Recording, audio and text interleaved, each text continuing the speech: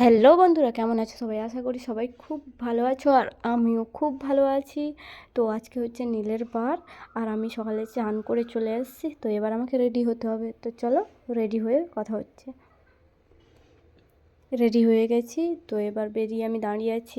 তারপর আমরা বেরিয়ে যাব। মা কাকিমা সামনে আছে।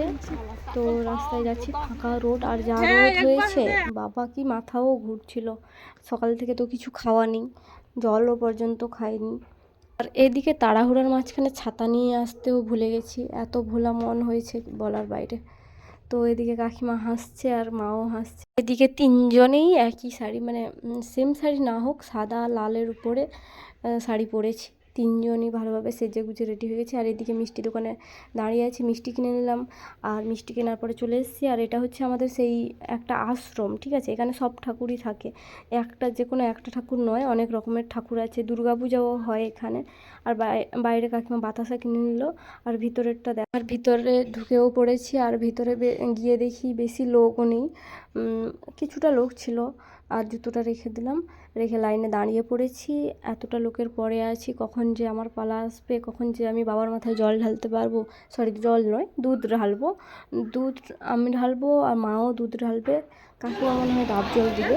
তো আর এদিকে দেখো আমি, এদিকে মানে এত লোক হওয়ার কারণে শিব ঠাকুর আমি দেখাতে পারিনি। শিব ঠাকুর যেখানে আছে সেখানে আমি ক্যামেরা করতে পারিনি। আর এপাশে জানলা দিয়ে আমি এই মানে ঠাকুরটাকে দেখছিলাম। এটা অন্য ঠাকুর, ঠিক আছে? আগেই বলেছি এখানে অনেক রকম ঠাকুর আছে। আর আমাদের পুজো দেওয়ার কাজ কমপ্লিট। তো আমরা বাইরে এসে দাঁড়িয়ে আছি, জুতো পরে নিলাম। আর বাইরে থেকে একটু দেখাচ্ছিলাম আশ্রমটা ভালো করে। তো চলো এবার বাড়ির দিকে যাব। তার আগে মা বললো একটু আশ্রমটা ঘুরে দেখে নাও, প্রথমবার এসছো যখন একটু ঘুরে দেখে নাও।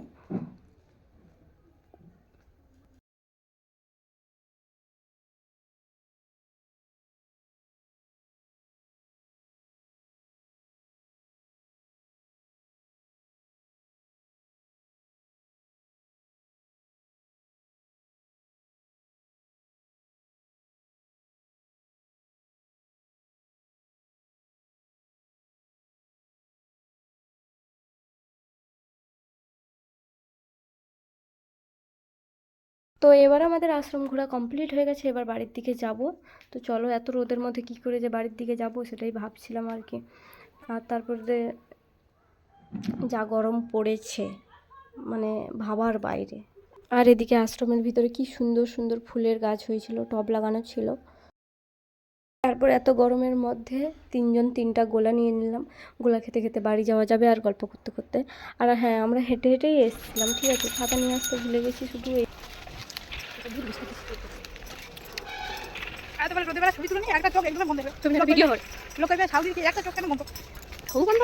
বাবার মাথায় জল ঢালার পরে বাবা রেগে একটা চোখ বন্ধ করে দিচ্ছে, বলে তুই তোর বরের মাথায় জল না দিলে মোর কাছে আসছো, আগে বরের মাথায় দিলে তারপর মোর কাছে আসছে। ওই জন্য বাবা রেগে তুই আমার চশমাটা পরে একটা ছবি তুলবো। কোন চশমাটা? ঘরে কাঁচে আছে, সানগ্লাস হেভি সুন্দর। লজ্জায় করিনি, শাশুড়ি হয়ে শাশুড়ি হয়।